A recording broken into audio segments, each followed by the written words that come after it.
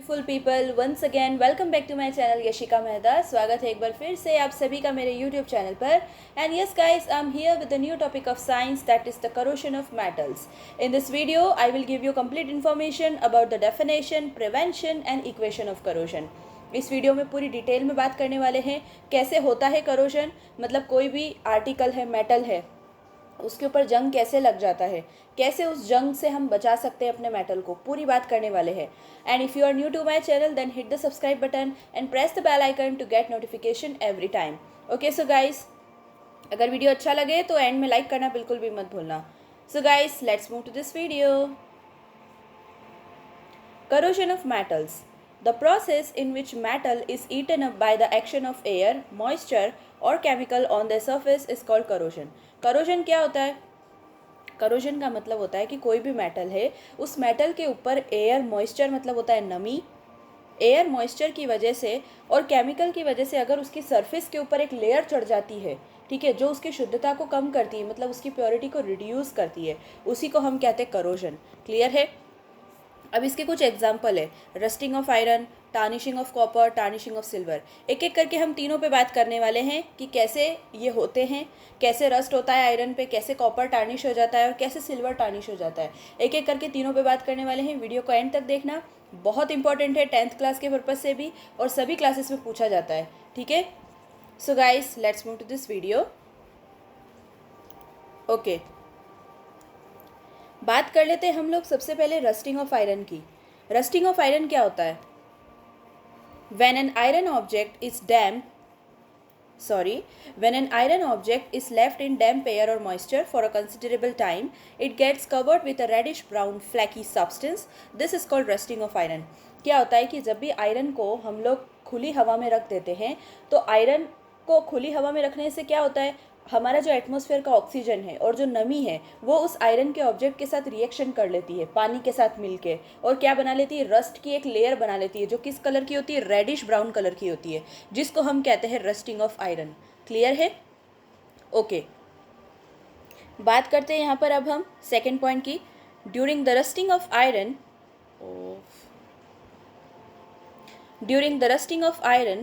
iron metal combine with oxygen in the presence of water to form hydrated iron oxide.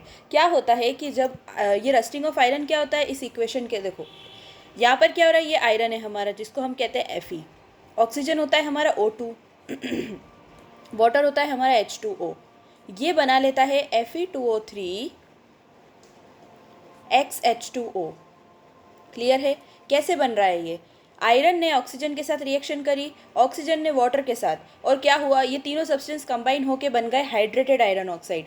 Hydrated क्यों कह रहे हैं? क्योंकि इसमें पानी है। ऑक्साइड क्यों कह रहे हैं? क्योंकि ऑक्सीजन का कंपाउंड है और आयरन तो है ही सही, दैट इज Fe। देख लेते हैं इस इक्वेशन को हम।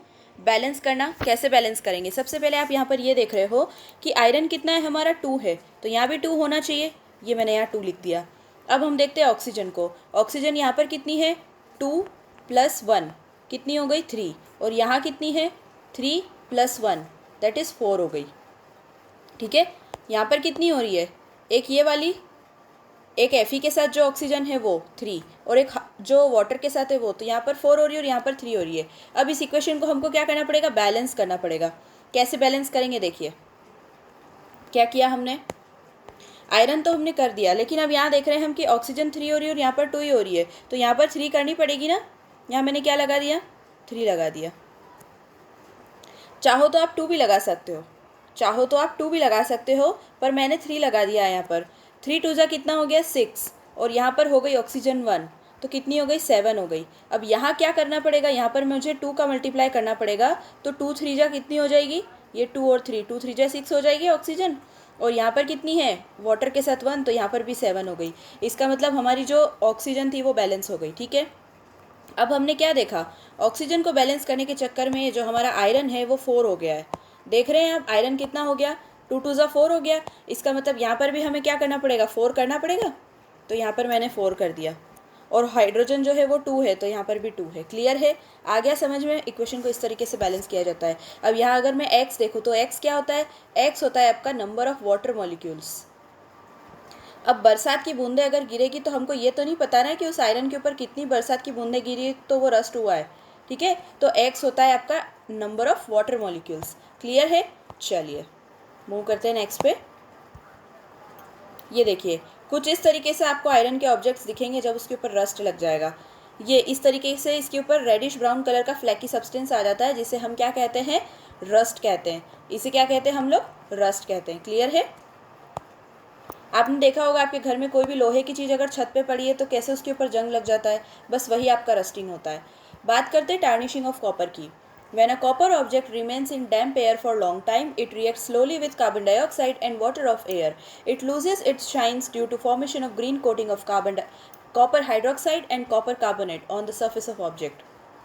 क्या होता है कि कॉपर है, कॉपर ऑक्सीजन के साथ मिला, पानी और कार्बन डाइऑक्साइड और ऑक्सीजन जो है ये दोनों उसने एटमॉस्फेयर से ले लिया। कॉपर का हमारा ऑब्जेक्ट खुद बना हुआ है और वाटर मतलब बारिश आ रही है, तो क्या होता है ये सभी सब्सटेंस मिलके और क्या बना लेते हैं? कॉपर हाइड्रोक्साइड और कॉपर कार्बोनेट बना लेते हैं, जिसकी वजह से कॉपर के ऊपर एक ग्रीन कलर की लेयर चढ़ जाती है। काय की लेयर चढ़ जाती है? ग्रीन कलर की लेयर चढ़ जाती है, जिसको हम क्या कहते हैं? टार्निशिंग ऑफ कॉपर कहते हैं। क्लियर है? अब यहाँ बैलेंस करना सीख लेते हैं इक्वेशन को। कॉपर 2 है, यहाँ पर भी कॉपर 2 है, 1 और 1 2। ऑक्सीजन 2 है, ऑक्सीजन 2 3 4 5, 2 3 4 5, यहाँ पर भी 5 है। हाइड्रोजन 2 है, हाइड्रोजन यहाँ पर भी 2 है, ठीक है। कार्बन 1 है, कार्बन 1 है। क्लियर है? तो ये ऑलरेडी इक्वेशन बैलेंस्ड है। इस तरीके से कॉपर की टार्निशिंग होती है, ऐसे रिएक्शंस होती है जिस वजह से कॉपर के ऊपर ग्रीन कलर की लेयर चढ़ जाती है। क्लियर है? चलिए आपसे सवाल कुछ ऐसा पूछेगा वो कि कौन सा कलर आ जाता है कॉपर की टार्निशिंग के बाद, तो आपको आंसर करना है ग्रीन कलर। देखिए इसका एक बहुत अच्छा एग्जांपल है अपने पास, statue of liberty. Statue of liberty copper का बना हुआ था और कॉपर कैसा होता है? ब्राउनिश कलर का होता है, लेकिन उसके ऊपर क्या हो गई? जंग लग गई, जिस वजह से वो ग्रीन कलर का हो गया। देख रहे हैं आप यहाँ पे इमेज में? अब statue of liberty green colour का हो गया। क्यों हो गया है? क्योंकि इसके ऊपर ऑक्सीजन, कार्बन डाइऑक्साइड और वाटर ने रिएक्शंस कर दिए, जिसकी वजह से इसका कलर ग्रीन हो गया है। क्लियर है? चलिए मूव करते हैं हम नेक्स्ट पे, that is the tarnishing of silver. When silver objects are kept in air, they get tarnished and gradually turn black due to the formation of thin layer silver sulfide layer on the surface by the action of hydrogen sulfur present in the air.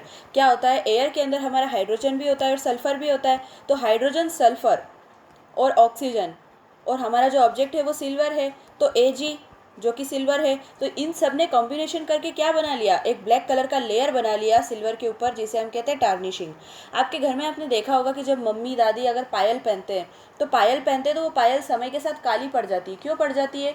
उसका reason यही है कि उस पर tarnishing हो जाती है, मतलब वो एटमॉस्फेयर के हाइड्रोजन और सल्फर के साथ रिएक्ट करके और उसके ऊपर एक ब्लैक कलर का कोटिंग चढ़ जाता है, जिसको हम टार्निशिंग कहते हैं। ठीक है, याद रखना, अगर मैं सिल्वर की बात करूं तो सिल्वर के ऊपर ब्लैक कलर की लेयर चढ़ती है और कॉपर के ऊपर कौन सी लेयर चढ़ती है? ग्रीन कलर की। ये याद होना चाहिए आपको। देख लेते हैं यहाँ पर।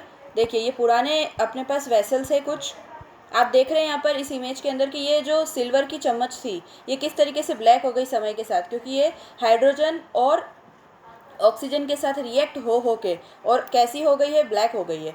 ऐसे ही यहाँ पर ये ऑब्जेक्ट पहले कैसा था? ऐसा, लेकिन टार्निशिंग के बाद ये ऐसा हो गया, मतलब इसके ऊपर क्या चढ़ गई है? ब्लैक कलर की टार्निशिंग लेयर चढ़ चुकी है, जिसको हम कहते हैं tarnishing of silver. So I hope कि आपको तीनों समझ में आ गए होंगे कि कैसे टार्निशिंग हो जाती है कॉपर पे, सिल्वर पे और रस्ट लग जाता है आयरन पे।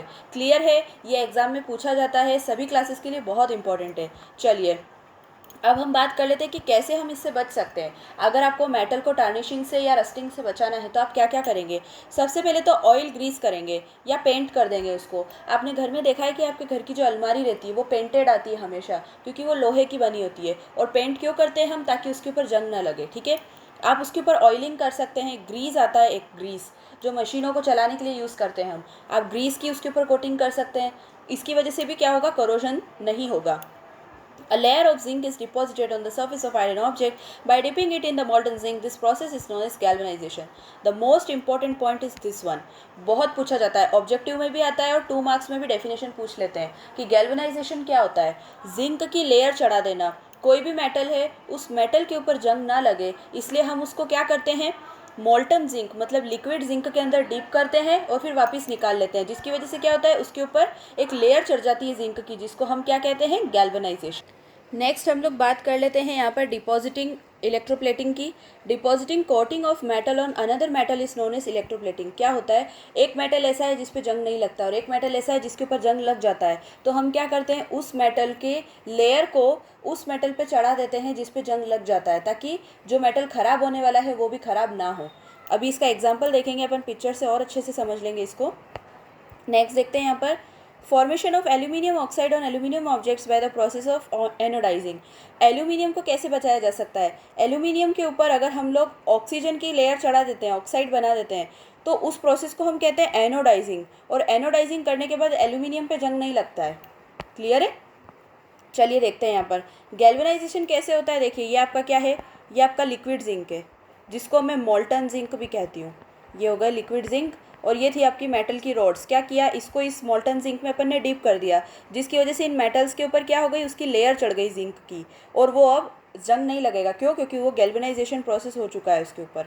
यहाँ आप देख रहे हैं ये ट्रेन की पटरियाँ हैं। ट्रेन की पटरियों को क्या करते हैं, ये देखो, ये मोल्टन जिंक बात है, मतलब एक टब है जिसके अंदर मोल्टन जिंक है, उसमें इसको डिप कर देते हैं ताकि उसको पेंट ना करना पड़े, उसको ऑयल ग्रीस ना करना पड़े, और डायरेक्ट वो क्या हो जाए, गैल्वेनाइज हो जाए, और गैल्वेनाइज होने की वजह से फिर उस पर कभी भी जंग नहीं लगेगा। क्लियर है? चलिए इलेक्ट्रोप्लेटिंग देख लेते हैं। इलेक्ट्रोप्लेटिंग में क्या होता है, इलेक्ट्रोप्लेटिंग के अंदर ये एक मेटल है जो कि कॉपर, ये है हमारा मेटल जिस पे जंग लग जाता है, और ये है अच्छा वाला जिस पे जंग नहीं लगता है। फॉर एग्जांपल बता रही हूँ, ऐसे कॉपर पे तो लग जाता है, लेकिन एक एग्जांपल बता रही हूँ कि मान लीजिए यहाँ पर कोई सा ऐसा मेटल है जो अच्छा है, और यहाँ पर कोई सा ऐसा मेटल है जो जिस पर जंग लग जाता है। तो क्या करते हैं हम, ये जो अंदर अपना लिक्विड दिख रहा है इसको अपन कहते हैं इलेक्ट्रोलाइट। क्या कहते हैं? इलेक्ट्रोलाइट। हमने क्या किया, इलेक्ट्रोलाइट के अंदर इन दोनों रोड्स को डीप कर दिया और इसको एक बैटरी से ज्वाइन कर दिया। अब क्या होता है कि जो अच्छा वाला मेटल रहता है ना, वो इलेक्ट्रोलाइट के अंदर मिक्स हो जाता है, और मिक्स होने के बाद वो इसके ऊपर एक लेयर के जैसे चढ़ जाता है। दिख रहा है आपको यहाँ पर? देखिए ये जो दिख रहा है आपको, ये लेयर, ये जो लेयर दिख रही है ब्राउन ब्राउन, ये कॉपर की लेयर है। इसका मतलब क्या हुआ कि ये जो मेटल था वो इसके सरफेस पे आके डिपॉजिट हो गया। इसी को हम इलेक्ट्रोप्लेटिंग कहते हैं। क्लियर है? अब यहाँ पर ये मत देखना, आपने तो बोला था कि कॉपर जो है उस पर तो चढ़ जाता है जंग, तो इसको क्यों चढ़ा रहे हैं हम। ये सिर्फ एक एग्जाम्पल है कि इलेक्ट्रोप्लेटिंग ऐसे की जाती है कि एक मेटल लेते हैं और दूसरा मेटल लेते हैं, और एक मेटल की लेयर को दूसरे मेटल पे चढ़ा देते हैं, जिसको हम इलेक्ट्रोप्लेटिंग कहते हैं। क्लियर है? सो आई होप कि आपको बहुत अच्छे से करोजन क्लियर हो गया होगा। And if you are new to my channel then please like this video, share it with your friends and family and hit the subscribe button। ठीक है? पढ़ाई करना बहुत ज़रूरी है, मिशन शिक्षा को सफल बनाने के लिए आप लोग का योगदान बहुत ज़रूरी है, इसलिए प्लीज़ ज़्यादा से ज़्यादा वीडियो को आगे पहुँचाइए, ज़रूरतमंद बच्चों तक पहुँचाइए, ताकि वो घर बैठे कुछ अच्छा सीख सकें। Okay so guys, thank you so much for watching this video, meet you in the next video.